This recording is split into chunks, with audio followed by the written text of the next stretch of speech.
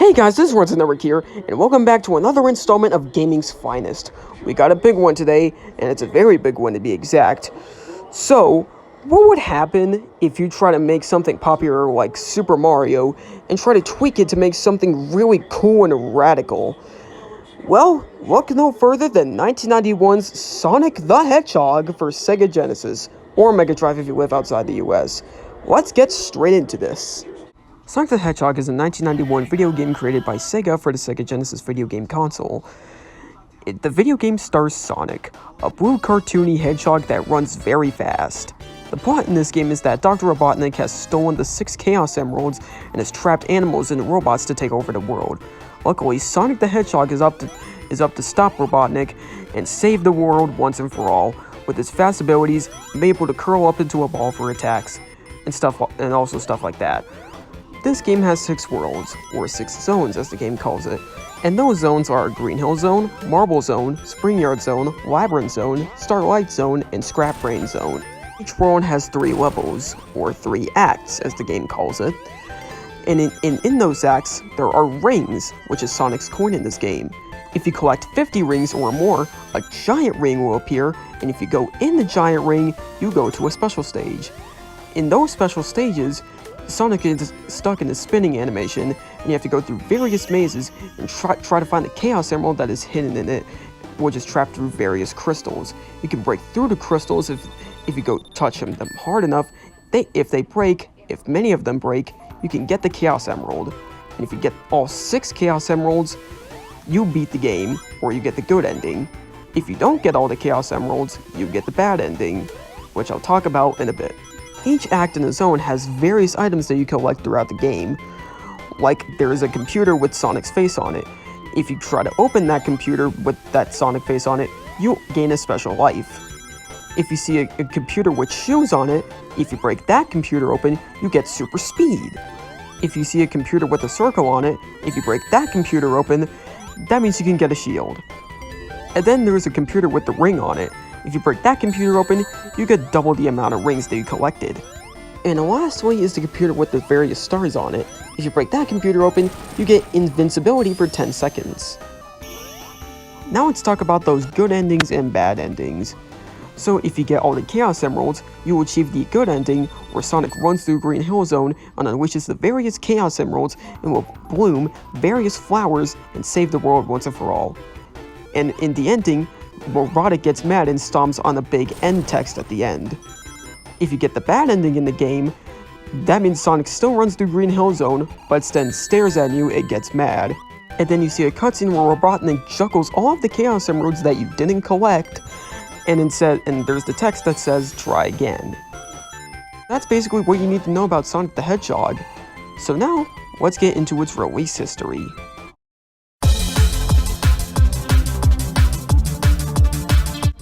So Sonic has a pretty great history in its production, so let's get straight into this. So in the 1980s, Sega had a limited success with the Genesis ports of its arcade games, but wanted a stronger foothold against its main competitor, Nintendo. In 1988, Sega of Japan began an in-house competition to create a rival to Nintendo's mascot, Mario. For the next 3 years, programmers and designers at Sega worked on a brand new character to rival Mario. In 1990, Sega ordered its in-house development studios to develop a game featuring a mascot for the company. Sega's president, Hayao Nakayama, wanted the character as iconic as Mickey Mouse. The team developed ideas for the characters, an engine, and gameplay mechanics. Developed emphasized speed, so Sega considered fast creatures such as kangaroos and squirrels, and eliminated designs not associated with fast animals. One idea, a rabbit able to grasp objects with prehensile ears, showed promise but was too complex for the Genesis hardware. The team narrowed its search to animals that could roll into a ball, their idea for an attacking move, and considered armadillos and hedgehogs. The hedgehog character proposed by employee Naito Oshima prevailed. Oshima went on vacation to New York, taking sketches with him.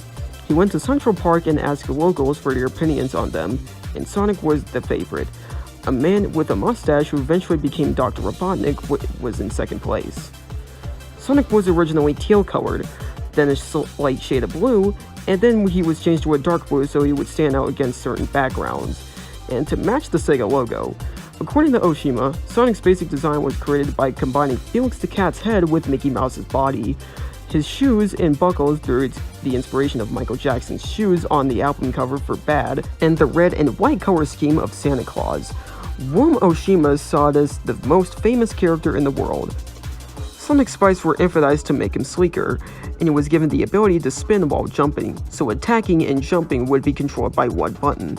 The new character was originally named Mr. Hedgehog, but the 8-team member team changed its name to Sonic, and took the nickname Sonic Team. According to Yuji Naka, Sonic Team was a one-time unofficial nickname for the studio within Sega that was used during the development of the game. It was never mentioned again on the division's releases until Oshima directed and Naka produced Nights into Dreams, was released in 1996. The game would permanently stay in its successor Sega, AMA, was spun off as Sonic Team Company Ltd. in 2000.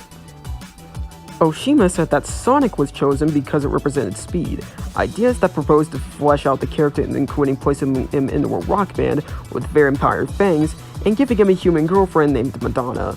Sega of America scrapped these ideas to keep his identity simple. Sega of America also expressed concerns that most Americans would not know what a hedgehog is.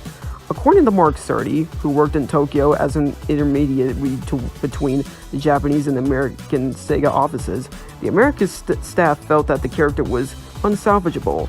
They made plans to educate Sonic Team on the character design with the work of Will Vinton, the creator of the California Raisins.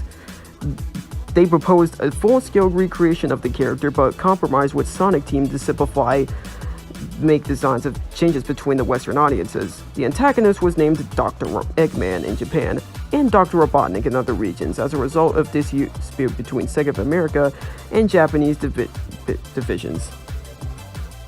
With the satisfying protagonist established, Sega turned to programmer Yuji Naka, who had impressed executives with his work on Phantasy Star and the Genesis port of Ghouls and Ghosts. Naka was a fan of Super Mario Bros. But wanted something faster, so the game was made to play quickly, which is where he focused most of his effort. Naka explained that the reason why he wanted a fast game is that he had ported Ghouls and Ghosts and wanted to work on its movement but found it slow. Sonic the Hedgehog was developed by a team of 7 at Sega R8 and D9. 2 programmers, 2 sound designers, 3 designers. Although it began with just Oshima and Naka, people became onto the team as the need for content increased. After being assigned a project with the codename Defeat Mario, Oshima and Naka began work, but encountered problems. Oshima's rabbit proved hard to program. Catching items and throwing at them caused the action's rhythm to break. Naka stated that the rabbit was not suitable for the game engine, and he also wanted the game to be playable with only one button. Hirokazu Yasuhara came onto the team to supervise. Oshima and Naka developed levels.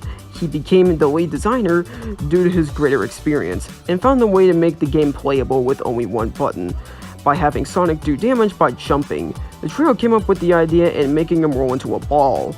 After the Hedgehog character was chosen, many characters were redrawn and the team agreed on the environments. This is visual complexity, with particular focus on the colors. After this, 4 people came onto the team that speed developed up. And after severe developing, bada bing bada boom, Sonic the Hedgehog was made and finished. As for packaging and release, game package illustrator Akira Watanabe said that his goal was to make the characters colorful, using clear lines of gradation to finish them neatly. According to Watanabe, the developers asked him to create a package design similar to pop art without being a particular conventional packages.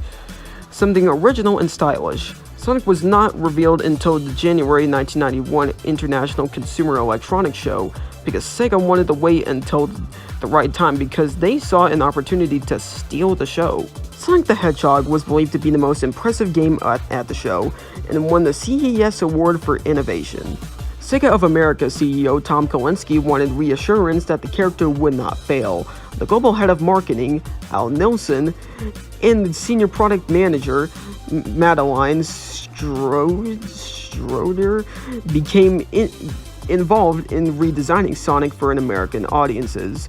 Artist Greg Martin, who wrote box arts for Pac-Man back in the day, was commissioned to redesign the character, and a new backstory was created where Sonic was from Nebraska. Sega play-tested Sonic across the United States with Mario fans.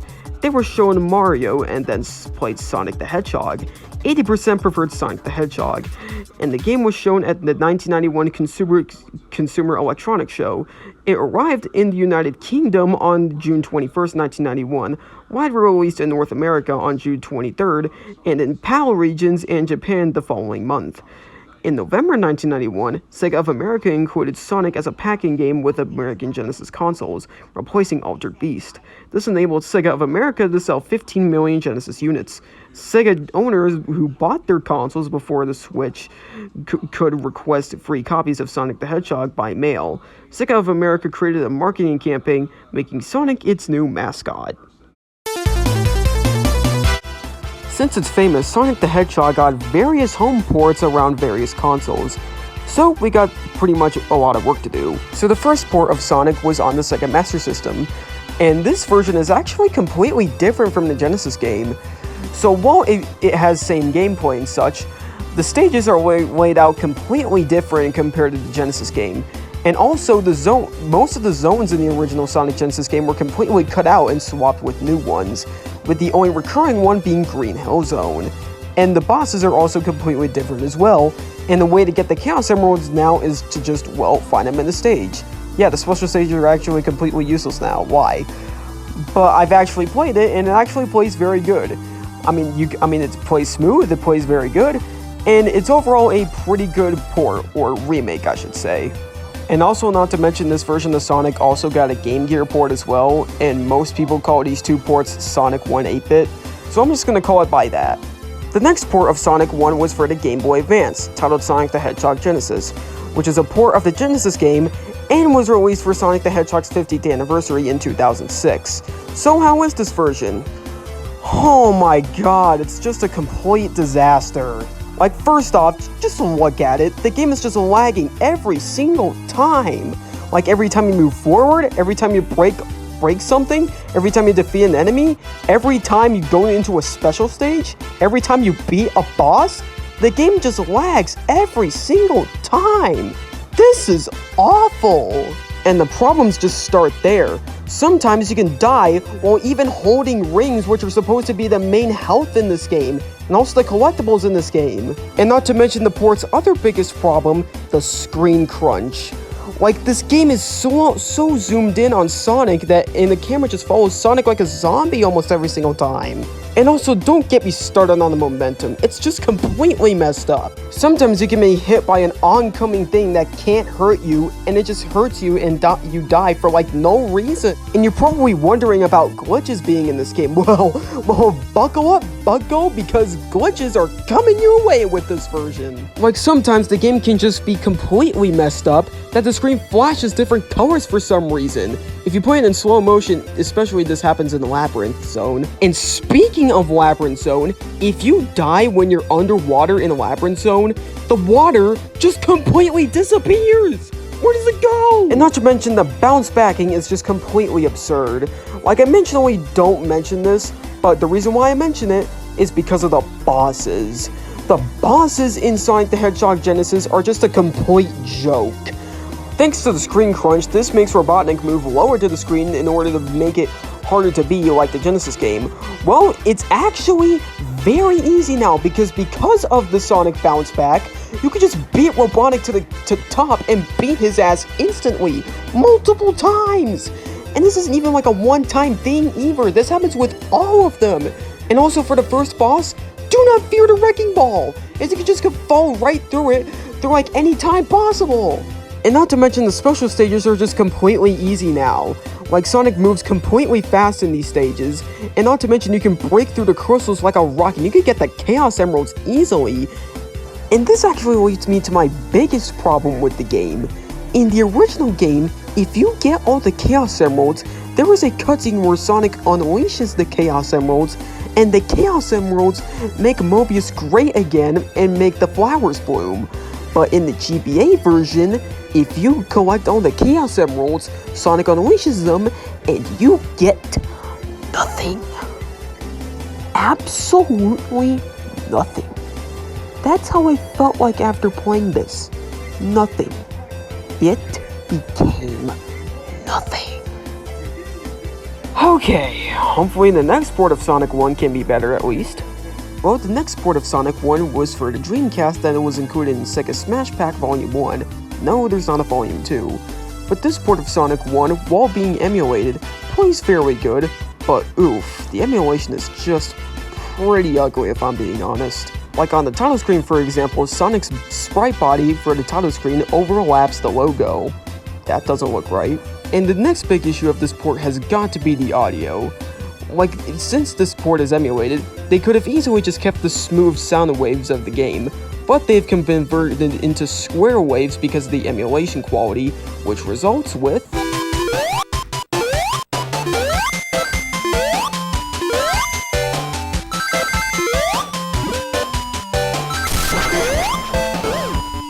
Yeah, that. Though overall, this port of Sonic 1 is pretty alright.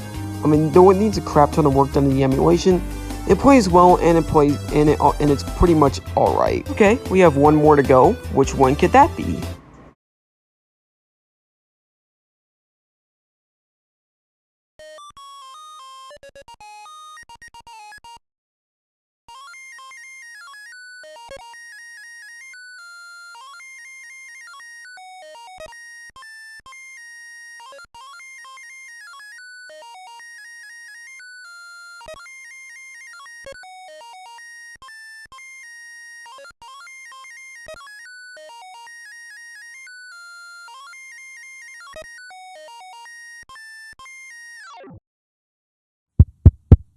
Avoid this one at all costs.